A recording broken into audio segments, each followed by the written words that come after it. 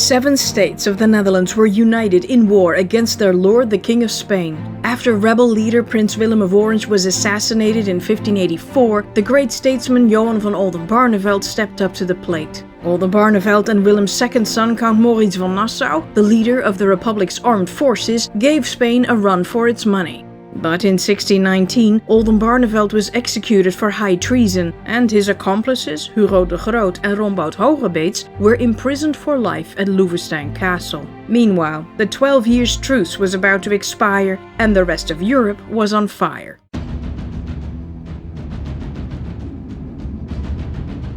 With Johan van Oldenbarnevelt's death, the Republic had lost a leader. Someone had to replace him, but there was no one of his stature and experience. All the European sovereigns' eyes were now on Prince Maurits of Orange, who had been placed at the helm of the Republic by default.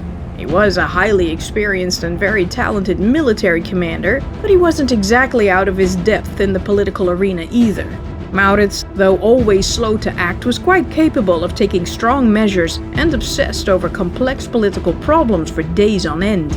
Even when the stadtholder was ill with a fever, English ambassador Sir Dudley Carleton wrote, he did not cease to devote most hours of the day to business. The prince had a challenging character. He was vengeful, calculating, ruthless, and uncompromising. But that was exactly what the Republic needed at this precarious time. The Republic faced some big issues. Things were getting ugly next door in the Habsburg Empire. The 12 years truce was about to expire, and if the war restarted, they couldn't count on England and France for help. France was mad that their request for Oldenbarnevelt's pardon had been pooh-poohed away, and that Francois van Aarsens wasn't being punished for his slander. And England was mad about the cloth trade, the VOC, the fishing and whaling rights, and generally the Republic for existing. The prince liked making all the decisions himself. He only consulted a small circle of close confidants, including Francois van Aarsens and his trusty sidekick and cousin, Count Wilhelm Ludwig von Nassau-Dillenburg. Maurits never put any major decisions like whether to end the truce or not, or what to do about the brewing conflict next door, before the states' assemblies or the states general. Gelderland protested a little, but the rest, including Holland, resigned themselves to the situation and accepted the stadtholder's absolute authority. Maurits' number one priority was keeping the Republic united and preventing Spain from creating division. This wasn't easy because the Remonstrants, unhappy with the Synod of Dordt's ruling, were kicking up a storm everywhere. The prince had to pull as many as 40 companies away from the border, weakening the Republic's defenses, to stop Arminian riots in Utrecht, Hoorn, Schoonhoven, Alkmaar and Oudewater. Spain took advantage of the ongoing internal troubles and tried to disrupt public life in the Republic in many ways. All the meddling actually helped Maurits. With Spain being a pain, all the states remained united against their common enemy.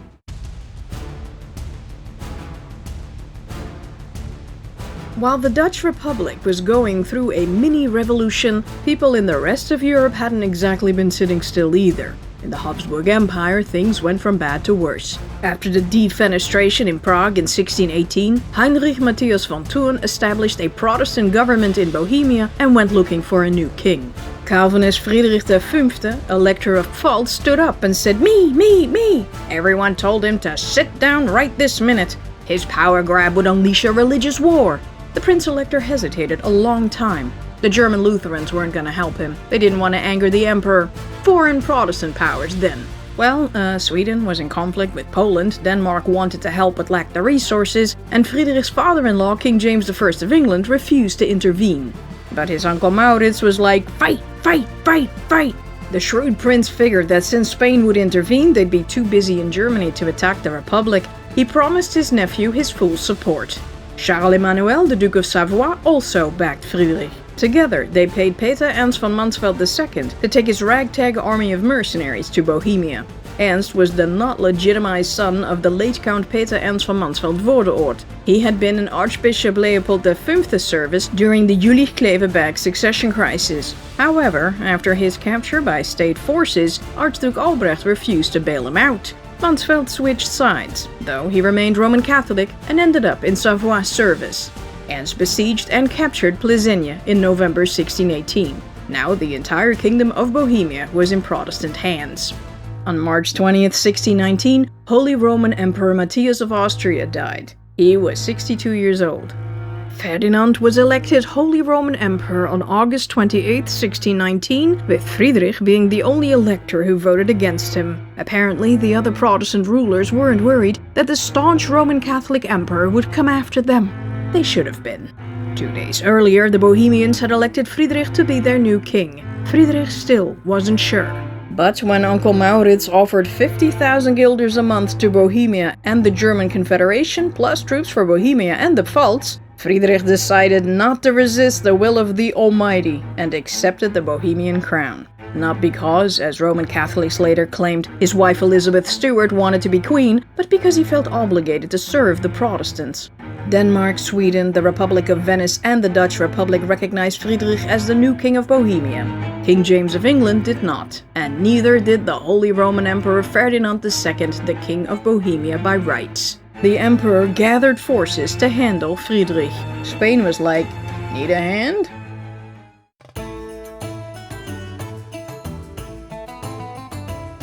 Until the 12 years truce expired, and no one knew if it would, Spain was free to help Emperor Ferdinand fight the Protestants. Even more so, because their ancient enemy, France, was also a hot mess.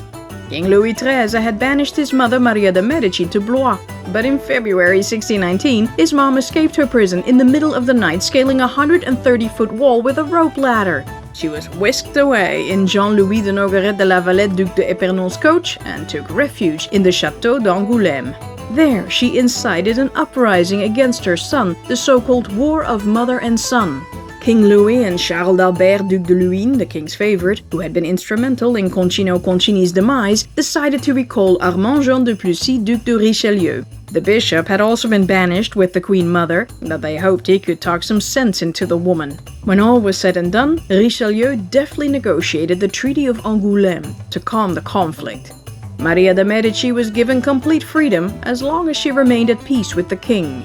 But the Queen Mother was like, rock and roll, son, and relaunched the war against King Louis by rallying the great nobles in the kingdom in the Second War of Mother and Son. King Louis personally led his troops, including the recently released Henri, Prince de Condé, into battle against his mom and her troops. On August 7, 1620, the king defeated the coalition at the Battle of the Pont de Ce. Louis wanted to stop his mother's incessant plotting, forgave Maria and the rebel princes in the Peace of Angers, and accepted her return to court.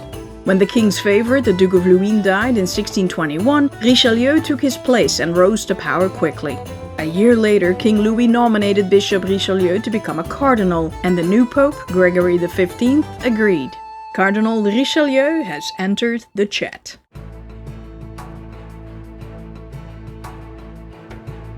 Meanwhile, in the East Indies, things had been moving along. In 1617, the Dutch United East India Company Board, known as the Heren 17, had made 29-year-old upper merchant Jan Pieterszoon Koen the boss of all, the Governor-General.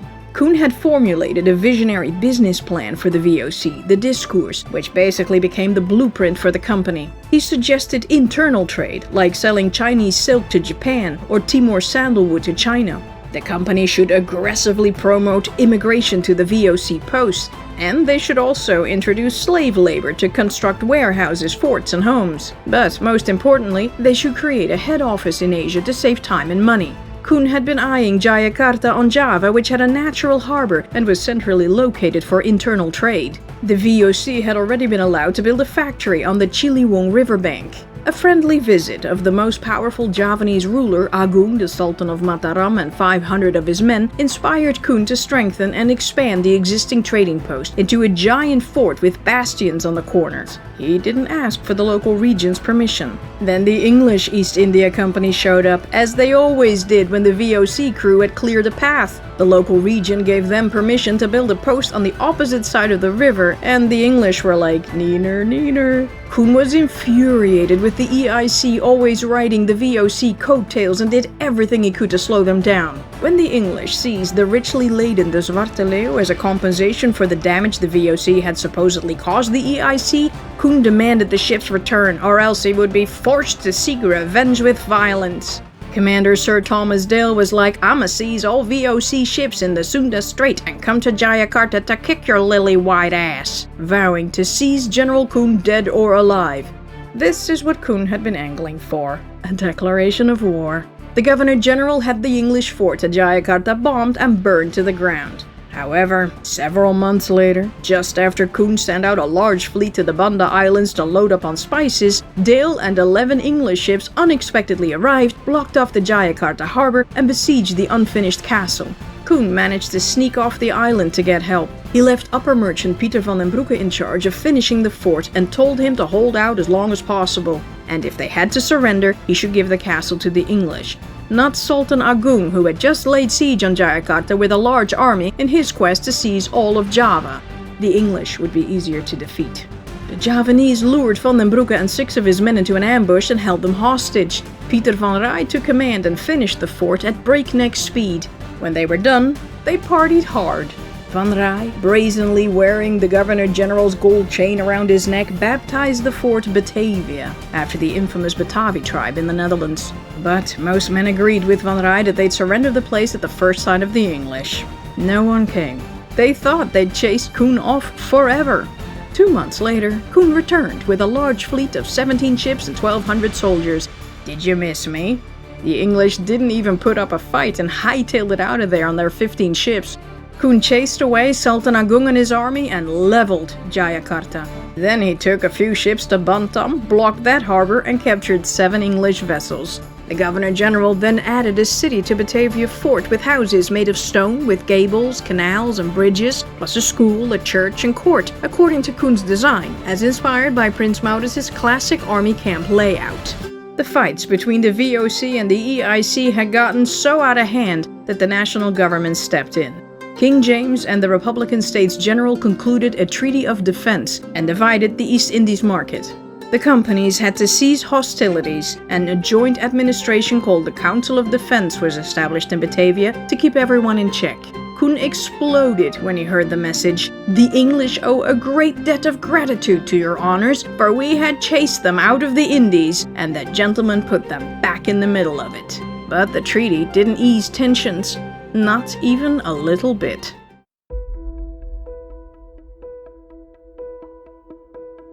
Prince Maurits's cousin, Count Willem Lodewijk, stadholder of Friesland, Groningen and Drenthe, had just returned to Leeuwarden from Holland when he suffered a stroke. Huus Heid, as the Frisians lovingly called him, our father, died on May 31st, 1620. He was 60 years old. Willem Lodewijk's death not only devastated Maurits, who had lost the only man he could spar with, but it also left a worrying power vacuum. There was constant strife between Groningen and the Ommelanden, and Friesland was dangerously divided between the Nassau supporters and Karel Roorda supporters who despised Holland and the The Hague government and fought for Frisian independence. Roorda had died in 1601, but his political legacy remained. Local nobles exploited the stadholder's death to launch a campaign to appoint a new stadholder from outside the House of Nassau. Prince Maurits considered intervening and grabbing the stadholder at the Friesland, but that would only create more problems, and he'd need deputies to keep the state in check.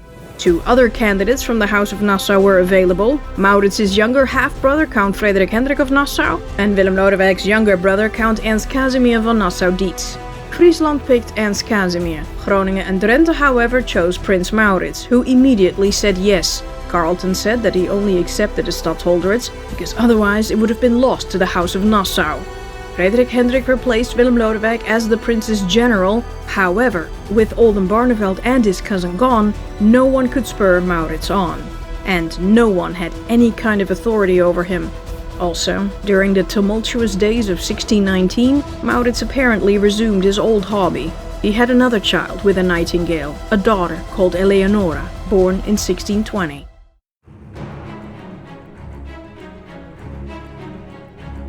On April 1st, 1620, Emperor Ferdinand told King Friedrich to leave Bohemia by June 1st, or else he'd come over and kick his butt. On July 3rd, the Protestant Union, wanting to remain neutral, signed the Treaty of Ulm, withdrawing their support for Friedrich. They weren't worried that the fiercely Roman Catholic emperor was gonna come after them next. They should have been. The commander-in-chief of the royal forces in the Spanish Netherlands, Ambrogio Spinola Doria, Marqués de los Balbasis, raised 25,000 imperial troops and marched into the Pfalz, Friedrich's place. Only 2,000 English soldiers were defending it, and with Friedrich in Bohemia, Spinola grabbed the lower Pfalz without even breaking a sweat. On September 26, 1620, Ferdinand sent out his imperial army commanded by Charles Bonaventure de Longueval, Comte de Bucquoy, and the German Catholic League under Maximilian de Este von Bayern and Johann Tserclaes, the Count of Tilly, to invade Bohemia with 23,000 men. King Friedrich pawned off his jewels to fund his army. But since he didn't have a military background, he left Prince Christian von Anhalt in charge of 21,000 Bohemians and mercenaries. Over 5,000 men were paid by the Dutch Republic. The imperial troops easily swerved around the Bohemian blockades and advanced on Praha. Anhalt force-marched his men back to the city and prepared to make a stand at Bila Hora, White Mountain, just outside Prague. He had less than 15,000 men because of desertion and illnesses, and there was no time to set up defensive works. On November 8th, a small imperial force poked the Protestant flank to test it. The Bohemians fell back. Tilly sent in reinforcements, and the Bohemian flank crumbled. Anhalt advanced with his cavalry and infantry, but the cavalry fled, and when the imperial army started cattle driving the Protestant forces, they were like, bye! Friedrich rode out to support his troops, but Anhalt stopped him and told him he had one option: run. Run like hell. Friedrich took his wife and kids, some advisors, some luggage, and the Bohemian crown jewels, and fled to Breslau the following day. The Battle of White Mountain was the first battle in what would become known as the 30 Years' War. Maximilian seized Prague shortly after Friedrich left and executed 27 rebel noblemen.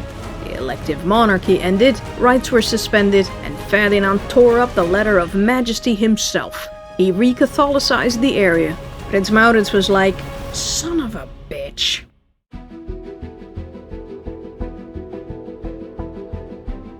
On January 21, 1621, Emperor Ferdinand issued a decree declaring Friedrich and Anhalt breachers of the peace, rebels, and traitors. Friedrich's lands and titles within the Holy Roman Empire were now forfeited. The Protestant Union protested, but in the end they agreed that the Spanish could continue occupying the Pfalz, because they weren't worried that the devoted Roman Catholic Emperor was gonna come for them next. They should have been.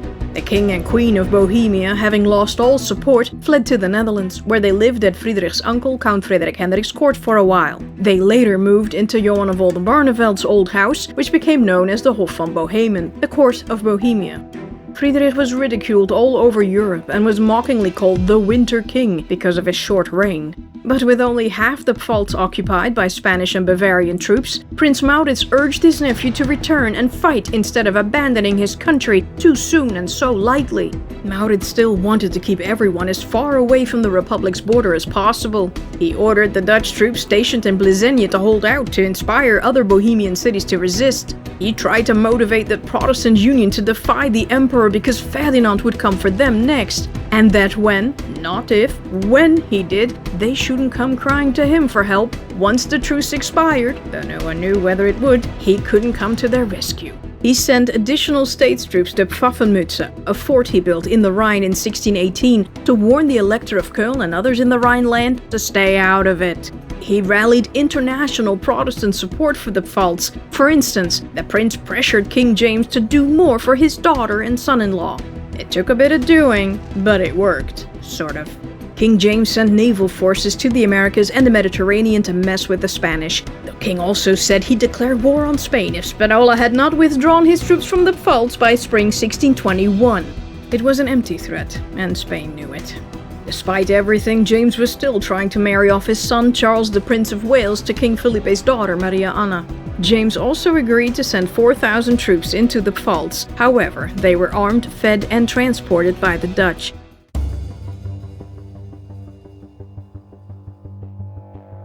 Hugo de Groot and Rombout Hogerbeets were imprisoned in Loevestein Castle with their wives and kids. The families were forced to live on a small daily budget, but de Groot's wife, Maria van Rijgersberg, had secured loans and was able to keep a decent household for their 5 children. She frequently went shopping for supplies in Gorinchem across the Merwede with her servant Elseline van Houweningen, Elsje.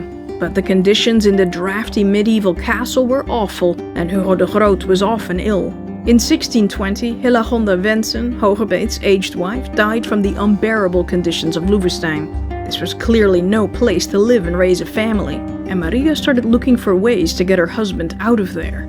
In January 1621, rumors started flying in The Hague that Hugo de Groot was plotting an escape, though no one knew the details. When Loevestein's warden, Lieutenant Jacob Pruning van Deventer, heard that Maria had been buying ropes for this purpose, he didn't quite believe it.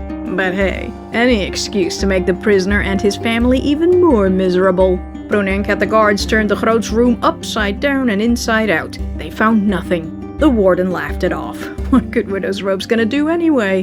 But an escape plot was underfoot. They planned to smuggle the Groot out of Loevestein using a large chest. The Groot's own books and papers had been confiscated by the government, but he received letters and books from his professor friends. The books arrived in a large chest provided by one of the professor's sisters, Johanna van Erp, the wife of Abraham Daatselaar, an international trader of linen and threads in Gorinchem. When the Groot was done with the books, Maria and her servant returned the chest to the store, and they waited for a fresh shipment. At first, the trunk was examined every time it was carried in and out of the castle, but the inspections had gradually stopped. They figured they could smuggle the Groot out of Loevestein using the trunk when it was returned to the store in Gorinchem, and he could escape the country from there. The chest was large, but the Groot was a tall man. However, if he curled up in a tight ball, he could just fit. He practiced being inside it for 2 hours at a time. One day, Mrs. de Groot was in the Daatselaar store and joked about what would happen if her husband suddenly appeared in the store. Mrs. Daatselaar assured Maria that they would take excellent care of him. Now they needed to wait for that perfect time to execute the plan.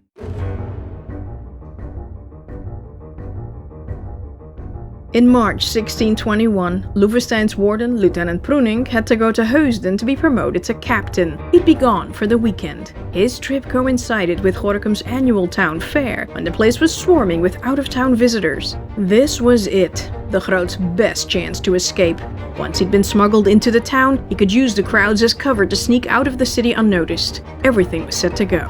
However, a wild storm broke loose the following morning. With the wind howling ominously around the castle's towers, they figured they should try another time. Then the Groot's 9-year-old daughter Cornelia suddenly said, "Tomorrow, Papa must be off to Gorinchem, whatever the weather may be." The Groot and his wife freaked out at the little kid's creepy warning. A sign from heaven. Maria now casually asked Pruning's wife if the book trunk could be shipped to Gorinchem the next day. Sure, whatever. The Groots clued in Elsje of their plan. She agreed to help and was willing to risk punishment if they got caught. On Monday morning, after praying for an hour, Hugo de Groot got into the trunk only wearing linen underclothes and a pair of silk stockings. His wife locked him in and gave the key to Elsje. She then rang the bell to summon the soldiers to come and take the trunk. The men entered the room and noticed the prisoner's bed curtains were closed. The man's clothes were on the chair and the slippers were on the floor. They suspected nothing. The man was ill more often than not. Maria was also in bed and told them she was a bit under the weather. Elsje would accompany the trunk to Gorinchem today. The men picked up the remarkably heavy book chest. One of the soldiers joked, "Is the Groot in here or something?" Elsje was like, "Yeah." After a quick inspection, the soldiers concluded that since there was only one keyhole to provide air, no man could be in there. He would suffocate. Partly lifting, partly dragging the book chest, the soldiers managed to get it down the stairs and through the 13 bolted doors. Pruning's wife asked the men if her husband ever checked the chest. They told her no, and she waved the trunk through. The soldiers then loaded the heavy cargo onto a vessel.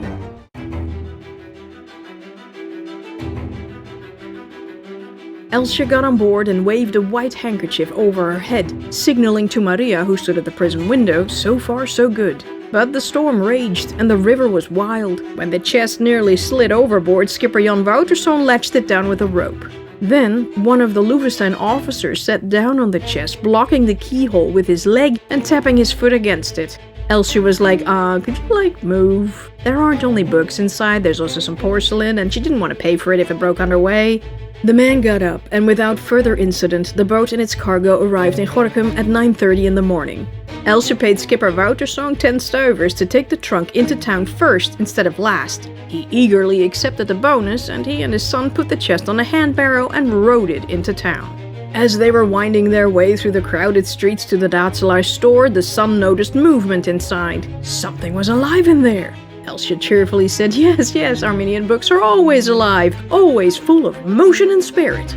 They passed through a small gate to arrive at the rear of the Daatselaar store. The men left the trunk in the store's back room, and Elsje ran to warn Mrs. Daatselaar that Hugo de Groot was here. The woman nearly fainted from shock. She thought Maria had been joking.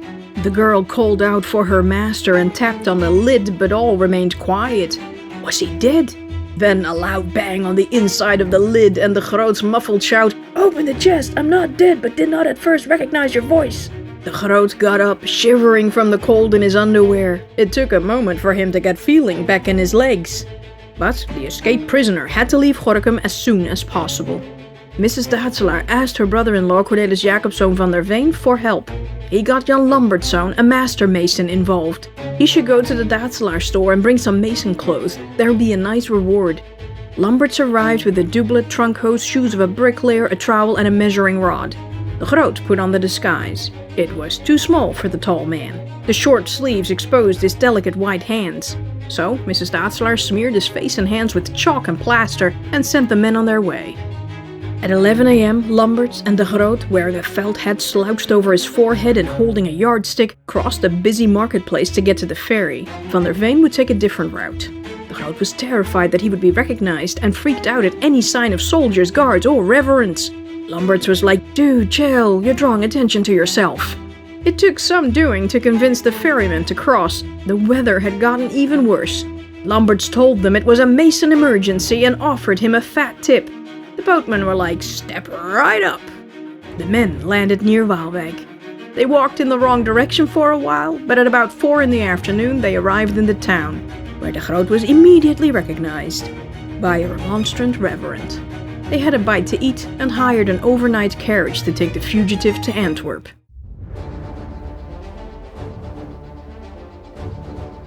Captain Pruning returned to Loevestein that night and immediately smelled a rat when he saw no light coming from de Groot's office. He stormed into the room where Maria stood. Here is the cage, but the bird is flown.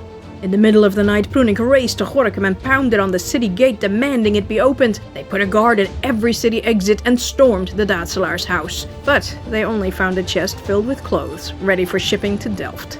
Early the following morning, March 23, 1621, the carriage carrying de Groot was just a few miles from Antwerp when it ran into a convoy of Spanish soldiers in the service of Red Rod, the chief bailiff of Antwerp. They asked for de Groot's passport. He didn't have one and explained to Red Rod who he was, an enemy of Prince Maurits. Red Rod was like, "Friend!" He offered de Groot a horse to ride and gave him a mounted escort, and that's how the miracle of Holland entered Antwerp. De Groot headed straight to the house of his banished friend, the preacher Nicolaas Grevinkhoven. Grevinkhoven was upstairs tending to his ill wife, and his daughter answered the door. "Dad, there's a mason at the door who says he's Hugo de Groot." The parents were like, "Ha ha, kid, very funny." "Indeed, it is I. I am Groot." The Reverend and his miraculously cured wife raced down the stairs, hugs all around. Prince Maurits reportedly said it is no wonder they could not keep Grotius in prison, as he has more wit than all his judges put together.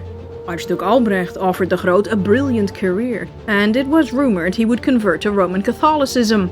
Grotius declined, moved to Paris, and became the Swedish ambassador to France. He published books that to this day are the basis for international law. A little after the prison break, Mrs. de Groot left Loevestein with her children and eventually joined her husband in Paris. After his sentencing, the government, especially his judges, wished that his name and memory would die forever.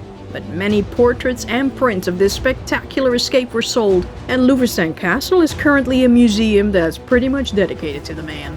3 chests are on display in 3 museums rumored to be the one chest, though the one at the Rijksmuseum in Amsterdam has the best credentials. And with his statue in Delft right outside the Nieuwe Kerk, home of the Orange Nassau Mausoleum, Hugo de Groot's memory, despite the States General's best efforts, has been kept very much alive for the last 400 years. But de Groot's story isn't over yet. He'll be back.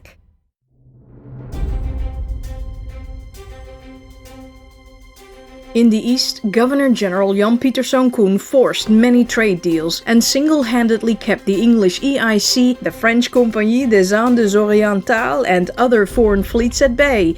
He even got Imperial China to wage war with the Portuguese and the Spanish. The Javanese nicknamed him Moor Jang Koen, meaning the Tall One, though it may have been the way his name Yang Koen sounded to them, Jang Koen. But the Governor-General soon earned another nickname, the Slayer of Banda. After the Bandanese, possibly egged on by the English, murdered VOC Admiral Pieter Willemszoon Verhoef and many of his crew in 1609, the company had made a monopoly deal with the Banda Islands. However, the Bandanese continued selling nutmeg to the Portuguese and the English. The Bandanese saw no value in a piece of paper binding them to an unknown ruler and a faceless company board in a land a year's travel away. They swore allegiance to Prince Maurits, but the moment the merchants left and the English arrived, they swore allegiance to King James. The English were more popular anyway because they brought guns, gunpowder, and lead. Whenever the Dutch returned, they had to make a new deal. But even with the VOC merchants around, the islanders snuck off in their ships to other islands to sell their spices at better prices than the stingy Dutchmen were offering them in the contract. The VOC considered this smuggling and, per the contract, was allowed to stop it with a hard hand. The company repeatedly told Koen, "Chop chop, take care of the unruly islanders, use the forts and the ships and level it all. Burn the nutmeg trees if you have to. Heck, kill the village chiefs, the Orankayas, to get our monopoly. Scorched earth or bust." Koen was like, "Alright." The Governor-General sailed to the Banda Islands with a large fleet and 2,000 men. When Koen saw the English flag fluttering in the wind on Banda Neira, it was like a red cloth before a bull. But Koen couldn't move against the English because of the defense treaty. But he could hurt the English by hurting the Bandanese. In March 1621, Koen stepped on land, and the Bandanese were like, "So, new trade deal?" Well, only if the VOC got permission to build forts on every island. The village elders said they'd think about it, but Koen feared delaying tactics and unleashed his troops. However, the Lontaries from the nearby Banda Besar, armed to the teeth with English weapons, beat them back. Hard. The VOC suffered many losses, with dozens killed and hundreds injured. But, unlike his predecessors, Koen refused to admit defeat and launched a second assault a few days later. He captured part of the island and the Lontaries stopped resisting. That night, while some troops slept in the local mosque, a lamp fell on their heads. They thought they were under attack, panicked, and killed everyone on sight. Koen hadn't been around to stop them. Hundreds died, houses were burnt down, ships destroyed, and harvests wiped out to prevent them from falling into English hands. Those who could fled into the mountains. 44 village elders promised loyalty to Prince Maurits and started negotiating for peace. However, a plot against the Governor-General was discovered. Some Orankayas admitted after torture to wanting to assassinate Koen. The Governor-General had them all tried for high treason. On May 8, 1621, 24 convicts were beheaded by the local samurai. The trial had been done entirely by the book, that is, the Dutch law book of the time. Koen reasoned that since the inhabitants had sworn allegiance to the prince, they were officially subjects of the Republic and therefore subject to Dutch law. Of course, the Bandanese had no knowledge of Roman European legal practice, so that's fair. Several elders were drawn and quartered, and their body parts were put on bamboo sticks. Those who had fled into the mountains realized there would be no mercy. Some fought to the death, and others starved or jumped off rocks. 800 islanders who had agreed to give up their villages were shipped off to Batavia to work on the city under miserable conditions. But now, the Banda Islands were definitively VOC territory. The exact death toll remains unclear. Some say the VOC depopulated the islands, but evidence suggests a significant depopulation occurred before Koen's attack due to a lack of food and internal strife. According to Koen, 2,500 died from fighting or starvation. The nutmeg harvest was now in danger because of a lack of workers. Koen repopulated the islands with perkeniers, aka plantation owners, who were former soldiers, VOC servants, and freed slaves. The Governor-General shipped in slaves from China to till the land for them. When the Banda Islands massacre became public knowledge, Koen was severely criticized for his actions. Even the Heren 17 were shocked and reprimanded Koen for doing what they had told him to do repeatedly. Their instructions had been clear and consistent: subdue the islands and exterminate all the village chiefs. But things were about to get a lot nastier.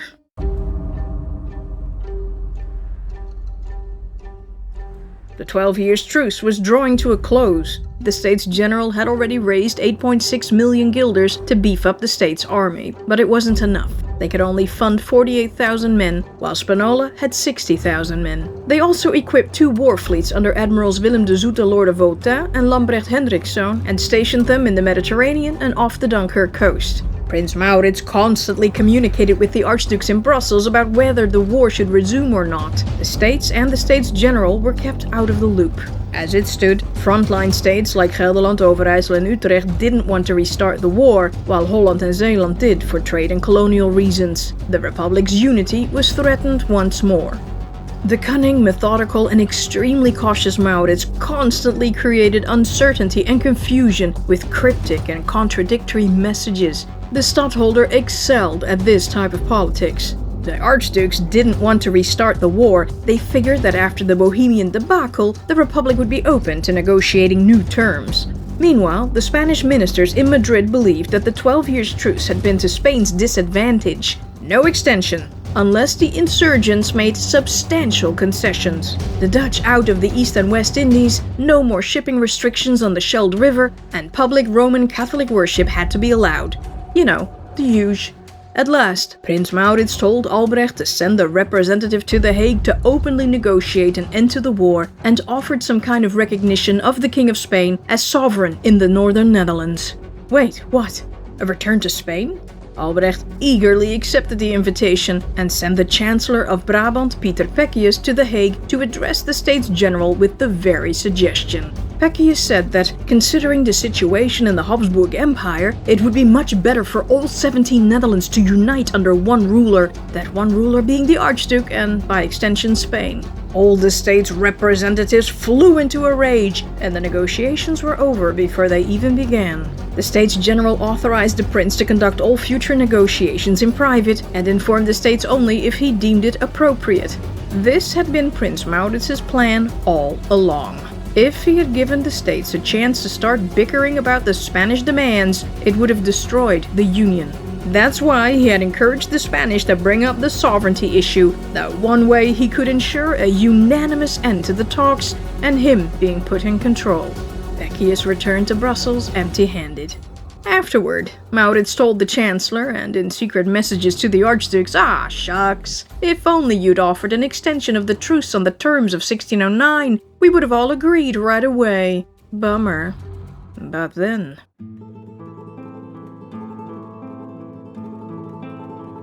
On March 31st, 1621, King Felipe III of Spain, Portugal, etc., died. He was 42 years old.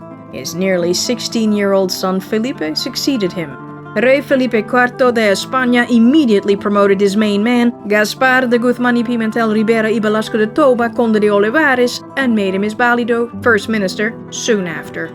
The new government had a big decision to make, to wage war or to not wage war with the rebel Netherlands. The 12 years truce would expire in 9 days. Olivares wanted to end what he believed had been the Spanish decline under the Duke of Lerma and to recreate the world under King Felipe II. So, them rebel states must return to the realm.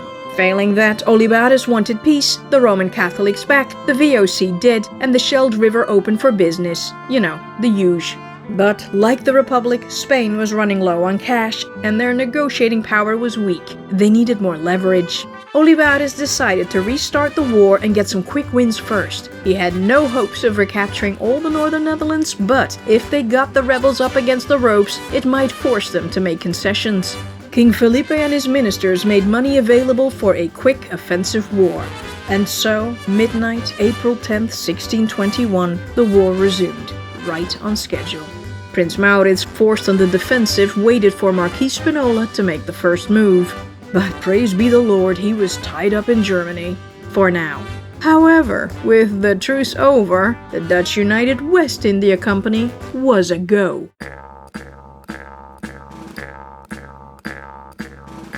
When the Spanish and Portuguese settled in South and Central America, they used prisoners of war to mine gold and silver. When they ran out of prisoners, they started buying people in Africa to work for them in the New World. The Dutch wanted in on the action. When the Dutch United East India Company was founded in 1602, some traders in Amsterdam wanted a West India Company. However, Oldenbarneveld had shelved the plans to secure the truce. Some merchants focused on land reclamation of the lakes in Holland, while others concentrated on setting up trading posts in North America, where there were hardly any Spanish or Portuguese. The Pilgrims, the English Puritans living in exile in Leiden, had already packed their bags, headed over to North America on the Mayflower, and founded Plymouth Colony in 1620. They felt their culture was disappearing in Holland, were uncomfortable with the religious strife, and hadn't wanted to stick around in case the war restarted. When the truce officially ended, Prins Maurits immediately ordered the founding of the West India Company. On June 3, 1621, the geoctrooieerde West-Indische Compagnie was granted a charter for a trade monopoly in the Dutch West. Maurits also wanted them to disrupt Spanish trade and open up a front on the other side of the world. The company was ruled by the Heren 19, the 19 gentlemen, from 5 chambers: Amsterdam, Zeeland, Rotterdam, Groningen and Hoorn. The WIC territory stretched from West Africa to Brazil, the Caribbean and North America.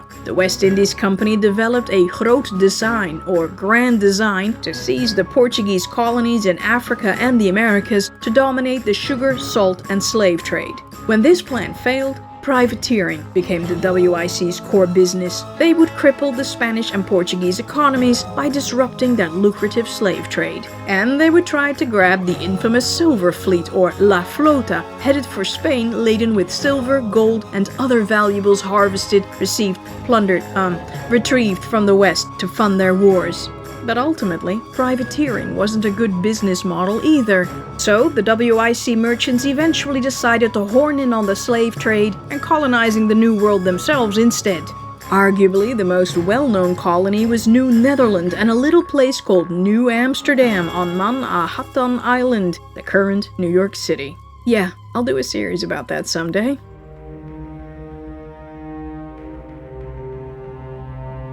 On July 13, 1621, Archduke Albrecht of Austria passed away with his wife Archduchess Isabel by his side. He was 61 years old.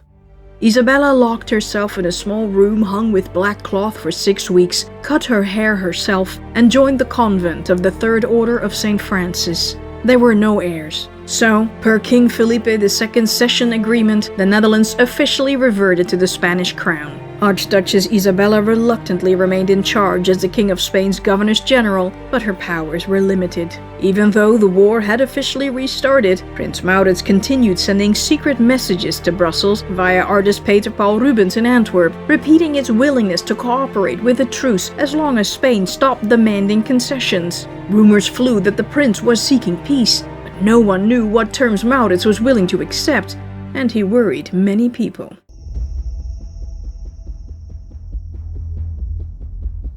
In the summer of 1621, the Dutch army gathered at the Schenkenschans and the Royal Army at Maastricht with 15,000 foot and 4,000 horse commanded by Don Luis de Velasco y Velasco Conde de Salazar, Marqués de Belvedere. A smaller army was left to defend Flanders under the governor of Antwerp, Don Inigo de Borja Aragon y Velasco. Spinola feared Prince Maurits would attack the Rhineland. Maurits feared Spinola might attack the Veluwe from Grolle, Oldenzaal and Lingen and moved his troops there. However, apart from a few skirmishes, nothing happened. Spinola had different plans. The Marquis wanted to invade the Republic across the Waal or the IJssel, but he needed to take Jülich and Fort Pfaffenmütze first. Since I do not know how it would be possible to enter Holland leaving them in our back. Jülich was deep in enemy territory, so Spinola sent Belasco with 4,000 men to grab Sonsbeek, Goch, Kalkar and a few smaller places. And he sent Count Hendrik van den Berg and 14 squadron horse to seize Gennep. FYI, Count Hendrik's brothers had died, Herman van den Berg in 1611, aged 47, and Frederik van den Berg in 1618, aged 59. Farewell, brave warriors. After the path was cleared, Spinola sent Hendrik and 7,000 foot, 700 horse and 8 cannons to Jülich to kick out the Dutch garrison who still held the place for Georg Wilhelm, Elector of Brandenburg. Meanwhile, the Marquis headed for Wesel to block Prince Maurits's path in case he came to Jülich's rescue. On his way over to Jülich, Hendrik knocked on the door of Schloss Reit. He showed Commander Reinhard von Tijdvoort, who guarded the place with a garrison of 150 state soldiers, a letter from the owner, Floris van Boetselaar, Lord of Oudenkerke, who told him to hand over the castle to Hendrik. Tijdvoort didn't know Boetselaar was captured and had been forced to write the letter. The commander rolled out the welcome mat for Hendrik and left with his soldiers. Tijfort was court-martialed and sentenced to death for treason for obeying a civilian in a military matter.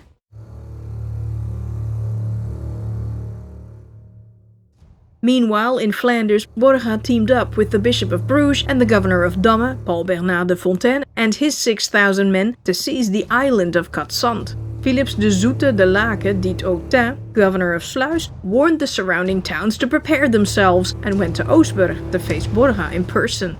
But it rained for 6 days straight, and the Spanish were trapped in a mud bath. On September 11th, Borja, convinced the others had already made it across, set out from Eeklo in the middle of the night. He would pass through the drowned land between IJsendijke and Fort Sint-Katelijne and capture Fort Oostburg along the way. But Governor Autun had placed guards at the entrance of the drowned land. The first redoubt was defended by a dozen state soldiers who, after they fired all their lead, started throwing rocks before surrendering with good terms. Borja had lost men, means and time to take this small redoubt. When he was told more troops were seen on the dike of Oostburg and several ships were closing in, he gave up and returned to Eeklo. Borja spent the next few days figuring out new ways across the marshes. When he realized his plan to fill the marshlands with branches to get the cannons and troops across was doomed, he shouted to the heavens, rosary in hand, Dios es Lutherano, God is Lutheran. Zeeland sent a boatload of boats to guard the rivers in the area. Lieutenant Admiral Autun parked his butt on Cadzand to defend it. The governor of Sluis sent word to Prince Maurits and the States General to send them everything they got ASAP. Maurits sent 10 companies over, leaving him even fewer people to defend the eastern border. The Spanish remained camped out near the southern border all winter, always posing a threat, but they couldn't do a thing.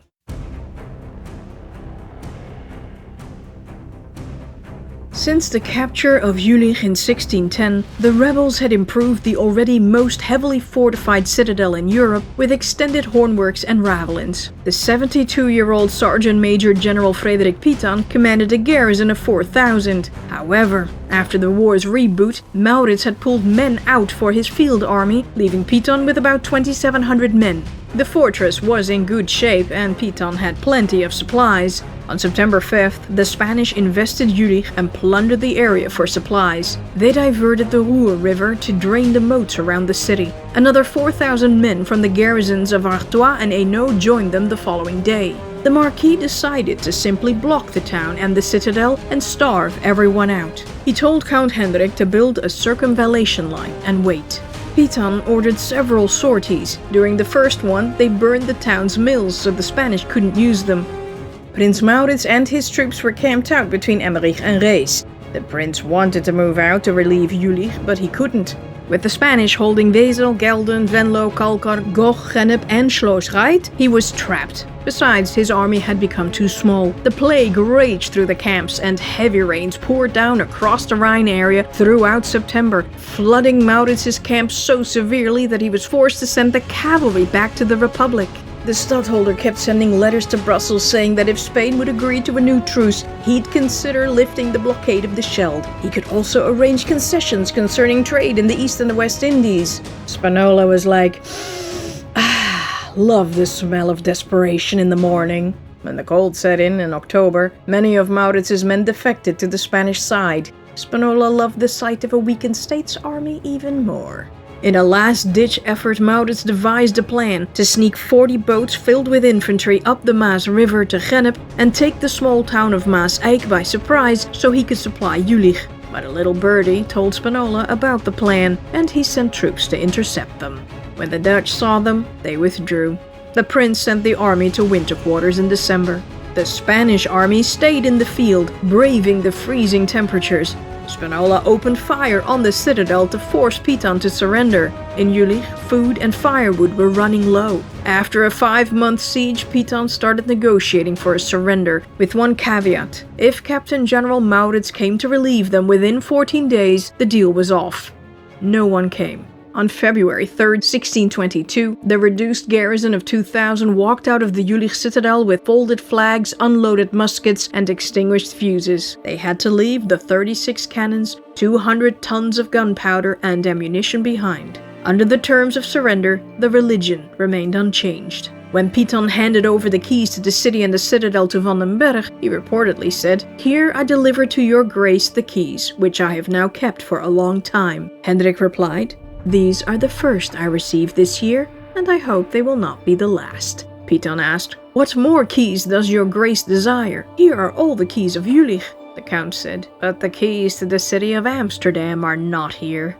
The loss of Jülich was a huge blow for the states, who watched their years-long investment go up in smoke. Piton was imprisoned in The Hague and court-martialed, but Maurits intervened to spare him Tijdvoort's fate. Piton was a Newport and Ostend veteran and was honorably discharged. He died in Utrecht in 1632, aged 80.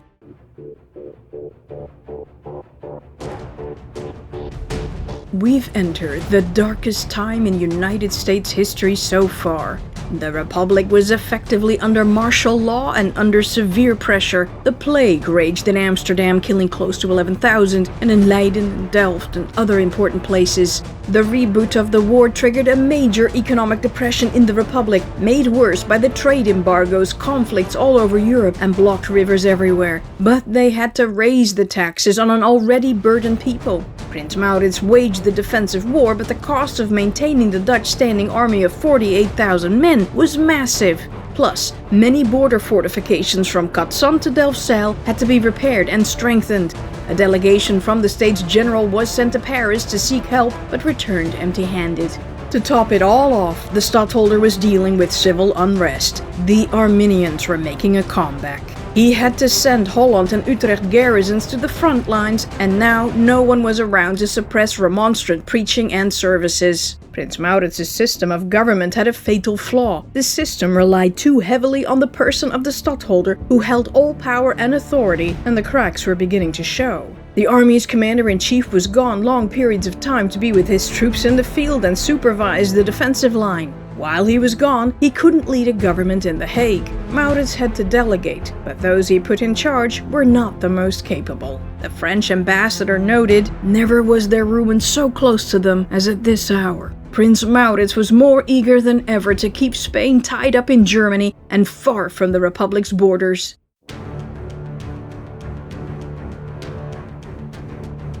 Hans von Mansfeld still held a portion of the Upper Pfalz and successfully deflected the Count of Tilly's attacks. Friedrich, encouraged by Mansfeld's successes, joined him in April. He tried to rebuild the Protestant Union, but most were like, "Go away." They weren't worried that the zealous Roman Catholic Emperor... Yeah, they should have been.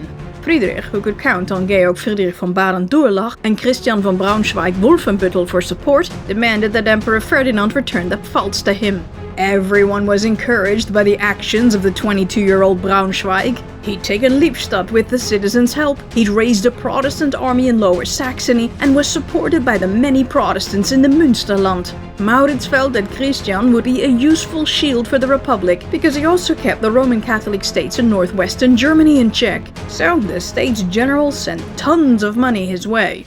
The armies of Mansfeld, Georg Friedrich, and Braunschweig decided to team up. Tilly, who was about to besiege Heidelberg, rushed over to prevent that. On April 27, 1622, Friedrich and Mansfeld defeated Tilly's forces at the Battle of Mingolsheim, redeeming the lost honor of White Mountain.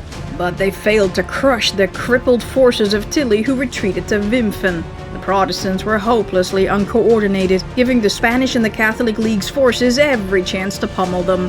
Georg Friedrich lost big at the Battle of Wimpfen, and Mansfeld and Braunschweig were wiped out at the Battle of Höchst. When Friedrich got the slightest hint of Ferdinand wanting to listen to his demands, the gullible Winter King fired Mansfeld and Braunschweig, who retreated to France. By November 1622, the Emperor controlled most of Pfalz, except Frankenthal, which was held by Sir Horace Vere and a small English garrison. Meanwhile, Count Hendrik van den Berg besieged Fort Pfaffenmütze. After 5 months of constant shelling, the place surrendered on December 27, 1622.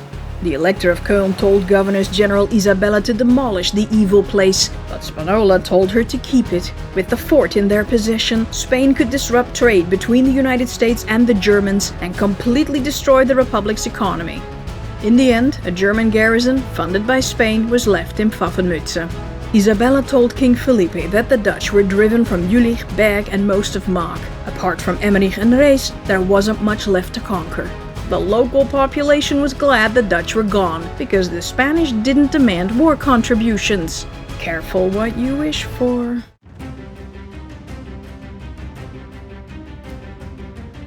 The Count of Olivares decided on a Netherlands first policy and concentrated all the realm's resources on taking down the rebels. He told Marquis Spinola to make a move against the Republic. Spinola made a beeline for Bergen-op-Zoom with 20,600 men to seize the key to Zeeland. The Marquis sent Belasco north and Count Hendrik van den Berg to Kleve to split up the state's forces and prevent a relief. It sorta worked. Maurits and all his forces remained in the east. Steenbergen panicked at the approach of Belasco. Governor Willem Borwater only had a handful of soldiers and a few rusty cannons. He asked for more guns. But when they came, the women revolted and threw the cannon delivery guy into the harbor. No cannons in the city.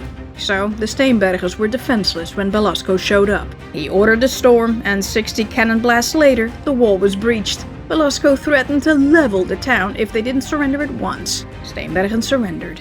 Bergen-op-Zoom was divided between the Protestants, loyal to the prince, and Roman Catholic citizens wanting to return to Spain. The Roman Catholics opened the city gates and invited Spinola in. However, the Protestants rushed to close them to his face. Garrison commander of Bergen-op-Zoom, Lodewijk van der Kutule, Lord of Rijhoven, commanded 12 companies. But Prince Maurits had pulled 7 of them out for his field army, leaving the governor vastly outnumbered. Kutule enlisted the help of 4 civilian companies, but these guys spent more time in the pub than on patrol. Maurits quickly sent 5,000 men to him. Kutule now had 8,000 men to fend off Spinola's 20,600. The siege became a repeat of Alessandro Farnese's siege of 1588. The lands around the town were flooded, making it impossible for the Spanish to completely invest the city. Spinola made 1 camp to the north and 1 to the south and built a circumvallation line to cut off the city from land, but the port remained open for business, though the ships entering the harbor had to brave the Spanish artillery. The hilly landscape around the city favored the Spaniards, who could fire at the town and harbor unhindered, and they did a lot of damage. The cannon's range had also much improved since the first phase of the rebellion. Of course, the folks in Bergen shelled right back at the Spanish camps from newly constructed, elongated fortifications. They also connected hornworks to prevent Spinola from storming the harbor and made many sorties, just as they had in 1588. But this time, they also made their own camps opposite the Spanish ones for quicker attacks and additional defense. Spinola put a lot of effort into undermining the defenses to blow up the main wall, but he lost thousands of men trying. In August, Prince Maurits hired Mansfeld and Braunschweig's army for 3 months to relieve Bergen-op-Zoom. The troops marched out of France. Spinola was like, wait, that wasn't part of the plan. With his retreat to Antwerp in danger of being blocked, the Marquis ordered Pfalz commander Gonzalo Andrés Domingo Fernández de Córdoba y Cordona Anglesola, who was in the middle of the siege of Heidelberg, to handle it.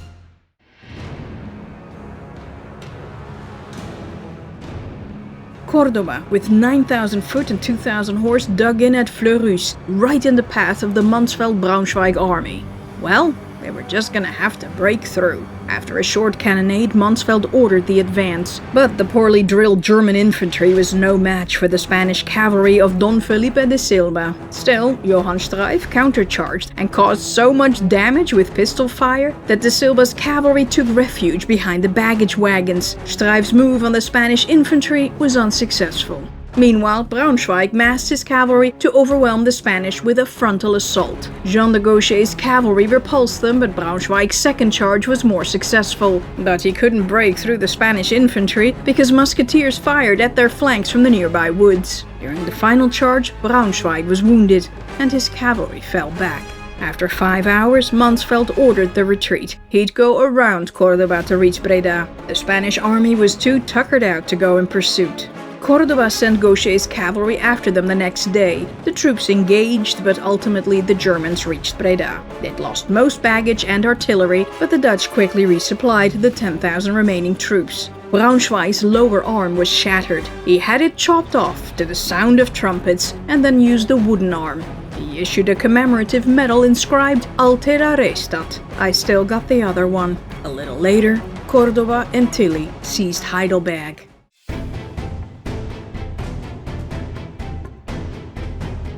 early September 1622, a ship arrived off the Bergen-op-Zoom coast and started firing on Marquis Spinola's men. One of the cannoneers on the vessel was a young man named Michiel Adriaansen, who would later become known as Michiel de Ruiter. Remember that name. Oh wait, that's for another series. He will be a big deal.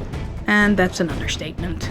Spinola was left with only 13,200 men of his 20,600 and troop morale was low. Some 2,500 deserted during the siege, most of whom went to Bergen-op-Zoom to ask for asylum. At the end of September, Prince Maurits realized that if you want something done well, you have to do it yourself, and decided to come to Bergen-op-Zoom's aid. On October 2nd, the stadholder arrived in the area and recaptured Steenbergen. Spinola knew he was outmatched and ordered the retreat on October 3rd. The 86-day siege was over. Maurits was like, that was easy. The baffled prince entered the city the following day, which burst out in exuberant celebrations. Adriaan Valerius, who had written We Gathered Together after the Battle of Turnhout in 1597, wrote another song to commemorate this siege, Merk toch hoe sterk, Notice How Strong. It is the current anthem for Bergen-op-Zoom and can be heard in episode 4 of Band of Brothers by director Steven Spielberg. Prince Maurits didn't pursue Spinola's fleeing army. He fired Mansfeld and Braunschweig, ordered the hills around Bergen-op-Zoom excavated, and moved on Antwerp instead with 400 ships. But the Flemish campaign failed due to bad weather. The stadholder went home for the winter, where a pleasant surprise awaited him.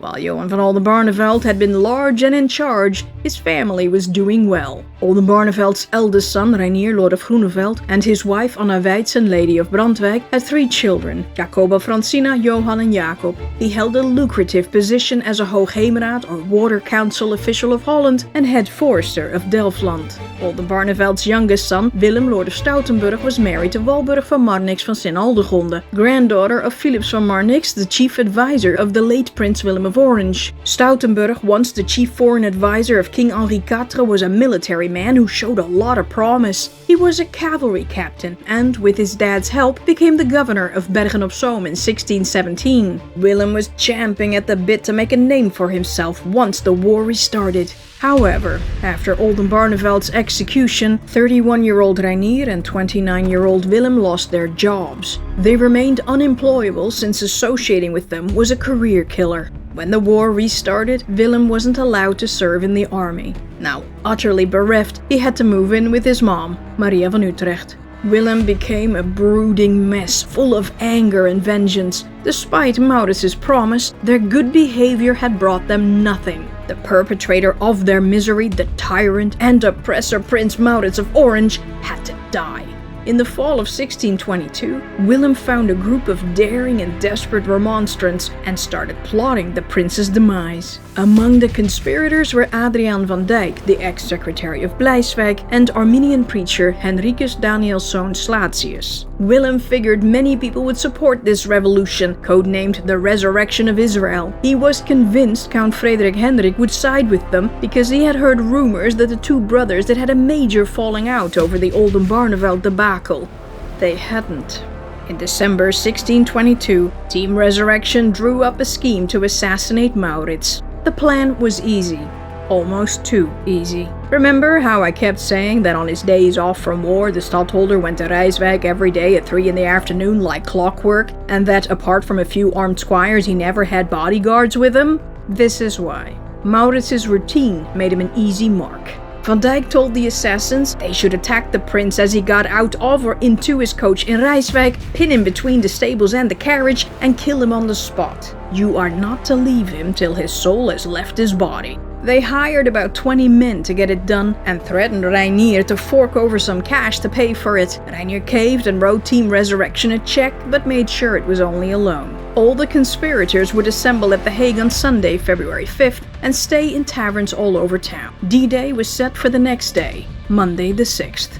Sailor Jeroen Ewouts and his 3 mates were only told that they'd been contracted to execute a dangerous enterprise that would serve the fatherland. They were given 300 guilders in gold in advance, plus a promise they would all be promoted. On Sunday, Slatius sent Ewouts and his buddies to deliver a large chest filled with guns and ammo to the Golden Helm Inn. Monday, Van Dijk told Willem and Reinier that the assassination was moved to the following day. Stoutenburg impatiently shouted, "I should like to tear the stadholder to pieces with my own hands." Slatius was like, "Settle down there, Skippy, and stay out of the way."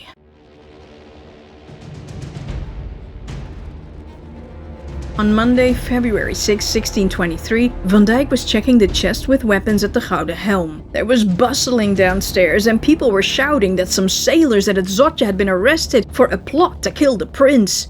Damn it! Van Dijk tried to hide the weapons chest under the bed, but there was no time. He put on his hat, wrapped himself in his cloak, concealed his sword, and calmly walked down the stairs. Soldiers swarmed all over the inn, but he had no other way to escape. "Hey, who are you?" "Nobody." A waiter intervened and told the officer that Van Dijk was a respectable boarder and that he had known him for many years. They allowed Van Dijk to pass. He went straight to Willem's house to warn him that they were blown. Willem took off to warn his brother Reinier. Reinier was resigned to await his arrest, but his wife told him, "Run, you idiot!" and Reinier fled. So, what had happened? The four sailors, Ewouts and his buddies, had gotten a little worried about what they had gotten themselves into. They wrote the stadholder to ask him about this plot to save the fatherland. If he knew about it, he could tell them all was well. If he didn't know, there was trouble. Maurits had them come to Rijswijk and tell them everything in person. The sailors told the prince what little they knew and showed him the money they'd received, 300 guilders each. Maurits questioned them further, but all they could tell him was that another 4 sailors were staying at het Zotje. So, was it a patriotic mission? Yeah, no. The stadholder told them to use the back roads and meet up with him at the stadholderate court in The Hague, while he raced to the Binnenhof as fast as his horse could carry him. He summoned the court president and several councillors of Holland and told them there was a plot afoot against his life. Soldiers were ordered to go to the taverns and arrest all the strangers lodging there. The 4 sailors arrested at het Zotje were immediately interrogated. They confessed and gave up the conspirators' names they knew. The States General offered 4,000 florins for the return of each of the culprits, but nearly all had fled. A week later, Van Dijk was caught dressed as a peasant at Hazerswoude. Reinier had fled to Scheveningen, but was scared to make the boat trip to England or France during the winter storms. Instead, he walked north along the beach until he ended up at Vlieland. The bailiff of Vlieland found Reinier on the beach among a group of sailors. His fisherman's disguise fooled no one. Slatius, disguised as a hobo, tried to get to Lingen, but at a tavern in Rolde near Coevorden, he ran into a bunch of soldiers who were instantly suspicious of his rugged and wild appearance. When Slatius left the inn without drinking the beer he paid for, Quartermaster Blauw followed him out and arrested him, thinking he was a Spanish spy. Slatius swore that he, Jan Hermansson, was merely an occultist from Amsterdam who was on the run from justice because he had murdered someone. "Dude, why would you say that?" The quartermaster said, "The more reason why thou shouldst be my prisoner." When his true identity was revealed, Slatius was sent to the Hague State Prison, the Gevangenpoort. A few days after the plot was discovered, a chest was delivered to a man in Rotterdam. Inside was Willem, an old acquaintance of the man. He had done a Hugo de Groot. He stayed at the house for many days waiting for the roadblocks to be lifted. The man then bought Willem passage aboard a trading vessel, taking Gouda cheese to Wesel. He hid under the cheese doing a surprise of Breda. When Willem reached Goch, now in Spanish hands, he explained who he was, an enemy of the Prince of Orange. He was escorted to Brussels and ended up working as a stable master for Governors General Isabella. Willem died in exile sometime around 1634. The 4 sailors who told Maurits of the plot were rewarded handsomely with cash, medals, and silver swords, and were all promoted to lieutenants in the navy. The States General informed all foreign ambassadors about the heinous, remonstrant plot to overthrow the government just as the Spanish invaded the country. The Arminians are so filled with bitterness that they would rather the Republic should be lost than that their pretended grievances should go unredressed. Nearly every pastor thundered against all remonstrants, who were afraid to show their faces anywhere for fear of being ripped apart by lynch mobs. Willem van Nassau, Maurits' natural son, was very loud and violent in all the taverns, toasting the damnation of the baboons. Many Arminians were furious for being lumped together with a bunch of crazy-ass conspirators, and some wondered if there'd been a conspiracy at all. Wasn't this just a scheme concocted by the prince to suppress the Arminians some more?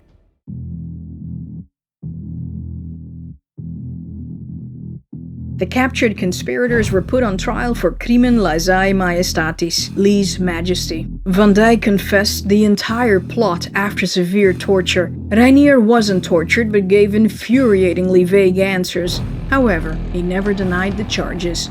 The court argued that by funding the enterprise, Reinier had approved of the elimination of the prince and found him guilty of very evil and terrible consequences of severely disrupting the country and good people that could have led to a gruesome massacre. Maria van Utrecht was devastated when she heard what her sons had done. She spent days crying, not eating, drinking, or sleeping. Finally, she asked for an audience with Prince Maurits. The stadtholder received her and Reinier's wife and son calmly and courteously. Maria fell on her knees before him, begging him to pardon her son. The stadtholder was surprised. Why did she ask for a pardon for her son and not for her husband? She responded, "My husband was innocent of a crime, and my son is guilty." "Someone call the burn unit! The man's gotta burn!" Maurits declined. If he pardoned a ringleader, he'd have to pardon everyone else. Slatius was executed on May 5th. In prison, he denounced all Arminian teachings. He even wrote poems warning people for Arminians. But when he discovered he would be executed anyway, he denounced his denouncement. After his beheading, they put his body on a wheel and his head on a stake. At night, supporters stole Slatius' head and body. A farmer found his remains on his land in Geesburg a few weeks later. The executioner retrieved everything and hoisted the parts on a stake at the gallows field in The Hague. On May 29th, after sentencing, Reinier, fully dressed in a velvet cloak and plumed hat, with a rapier by his side, walked to the scaffold, not to a podium like his father, but to the Groene Zootje, the green sod, the public execution site for common criminals. Once on the platform, he took off his hat, cape and sword, unbuttoned his doublet bearing his chest and neck, walked to the heap of sand, and spoke to a massive crowd. "Desire of vengeance and evil counsel have brought me here. If I have wronged any man among you, I beg him for Christ's sake to forgive me." He knelt on the sand, said his prayers, pulled a red velvet cap over his eyes, and muttered, "Oh God, what a man I was once, and what am I now?" Calmly folding his hands, he said, "Patience." The executioner then struck off his head with a blow. His body, wrapped in a black cloak, was sent to his house to be buried in the family tomb. One after the other conspirators stepped up and met their end. Adriaan van Dyck was the last one of the day. Before he was executed, the executioner of Haarlem smashed the 4 guns he had purchased to do the deed to pieces on a block. All the men's bodies were quartered and their body parts hung at the 4 gates of The Hague as an example for all. The States General wanted to add 40 carbineers on foot to Maurits' guard. The prince brushed them off. Count Hans Casimir urged his cousin to protect himself better against conspiracies and other attempts on his life. Prince Maurits didn't care. If God called him before his throne, no bodyguard on earth could prevent his death. How very Calvinist.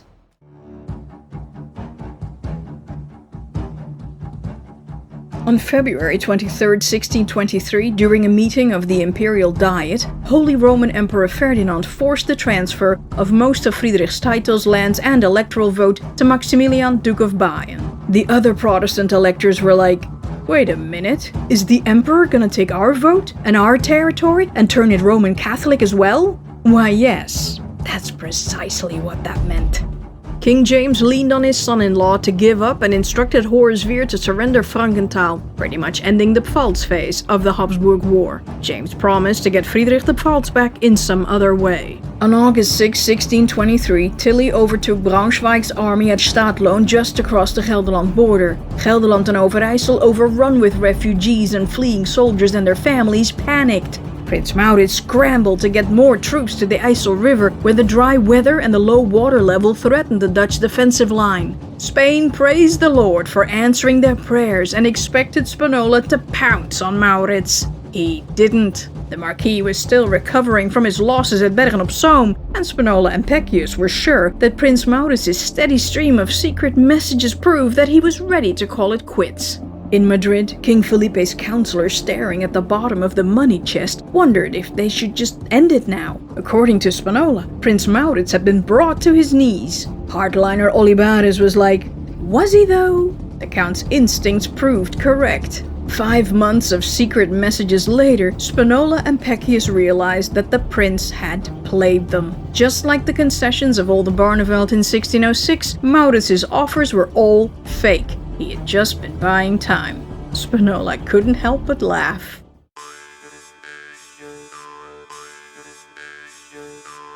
King James was still negotiating with Spain to marry off his son Charles to the Spanish Infanta Maria Ana de Austria. He planned to get the Pfalz back to Friedrich through a clause in the marriage agreement.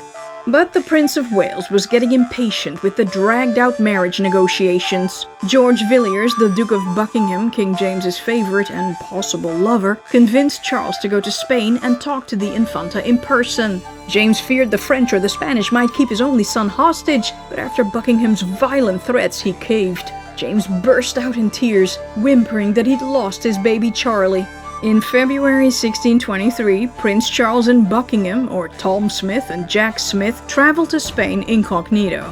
They passed through Paris, where Charles laid eyes on the 13-year-old Princess Henriette Marie, the late King Henri IV's youngest daughter, and was instantly struck with her beauty and grace. Once they got to Madrid, they scared the bejesus out of the English ambassador in Spain, John Digby, the Earl of Bristol. What were they doing here? It nearly closed the deal. They're ruining everything. The King of Spain quickly threw a parade in honor of their arrival, but the marriage negotiations were pretty much back at square one. Per protocol, Charles could only see Maria when she was out in public and he wasn't allowed to speak to her. This wasn't gonna stop the dashing prince. One day, he scaled a wall into a private garden and approached Maria to charm her bloomers off. The Infanta was like, "Who is this infidel?" The two English scoundrels gained quite a reputation, and the people in Spain hated the careless, arrogant, and rude Buckingham. They'd rather see the Infanta dead than with these two. But the Pope gave dispensation for the marriage, and a treaty was signed. Buckingham, however, was fed up with the haters and decided to torpedo the whole deal. He told James there was a plot to kidnap baby Charlie, and the king ordered the duo to come home at once. Once safe on English soil, Charles officially broke off the agreement. Now that restoring the Pfalz through marriage was off, Prince Charles and Buckingham pushed King James to declare war on Spain to use military might to get it back to Friedrich. So, on June 5th, 1624, the King of England concluded a mutual defense and subsidy treaty with the Republic. James would provide the United States with an army of 6,000 infantry to be maintained for 2 years. England was back in the game, baby! Sir Horace Vere left England to join Maurits's army at The Hague. He brought some friends. As the chaos spread in Europe, France noticed that the Spanish were getting close to their border and were picking fights with them. Somebody do something quick! Oh wait, that's us.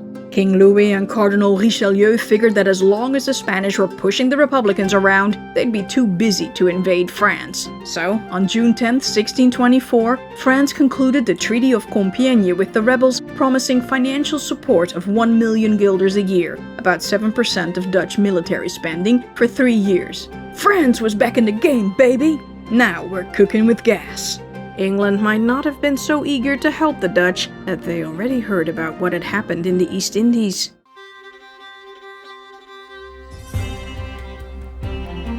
Despite the defense treaty, the Dutch and English merchants in the East Indies were not getting along. In 1623, Koen resigned from his post and left Pieter de Carpentier in charge as Governor-General. In February 1623, while Koen was en route to Holland, a Japanese mercenary soldier, or Ronin, employed by the VOC, was caught spying on the defenses of Fort Victoria on Ambon.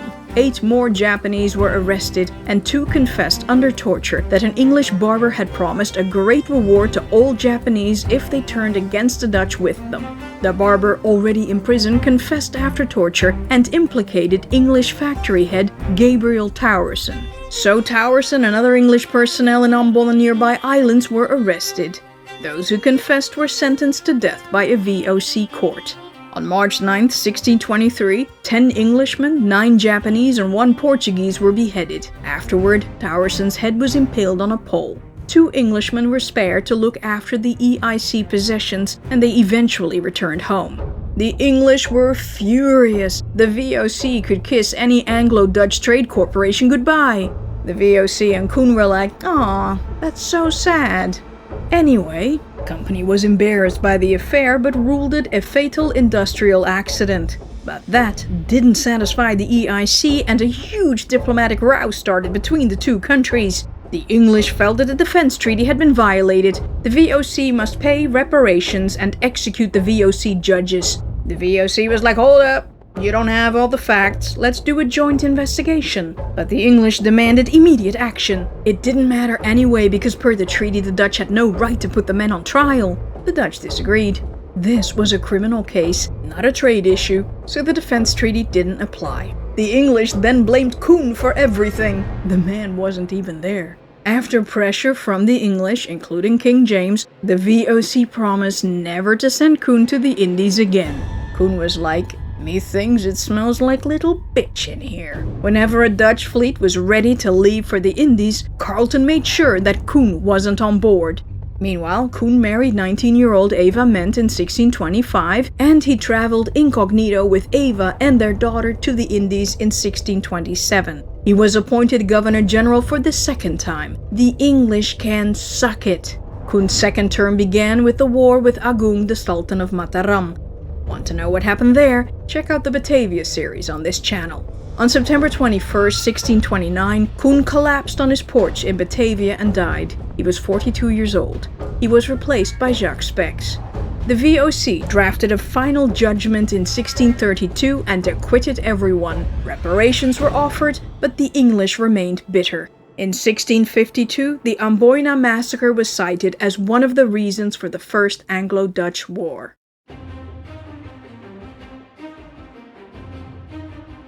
In July 1624, Marquis Spinola entered the field and split his army into three parts to confuse the states. Count Hendrik van den Berg grabbed Kleve and remained there. Prince Maurits had no idea whether Spinola would besiege Grave, Breda, or try to take Bergen-op-Zoom again. Spinola didn't know either. After much debate with his officers, the Spanish opted for Breda. Breda, in Spanish hands, would isolate the Republic and make it easier to conquer rebel towns in the area.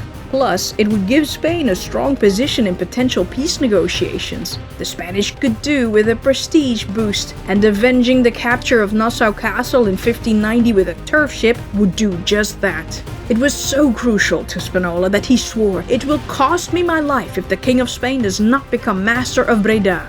The Spanish government wasn't thrilled about the Marquis' costly plan, but eventually signed off on it. However, it was late in the year, and Prince Maurits figured the Spanish army would go to winter quarters. Well, they didn't. On August 24th, 1624, Spinola arrived at Breda.